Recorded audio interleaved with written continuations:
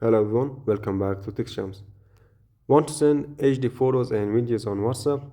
In this video, I will show you how to send them in high quality every time. Let's get it started.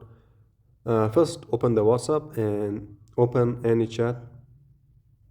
If you're using an iPhone, tap the plus icon, or if you're using an Android, tap the paperclip icon.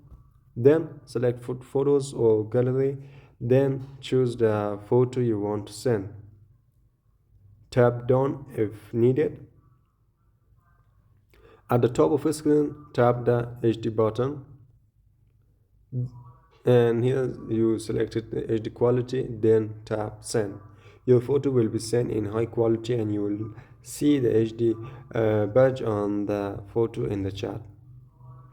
If you want all of your photos and videos to be sent in HD automatically, go back to WhatsApp, tap settings, open storage and data, then tap media upload quality, and here just select HD quality, then tap save.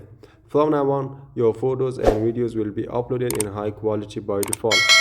And that's it. If this video helped you, don't forget to like, subscribe to TechShams, and I will see you in the next video.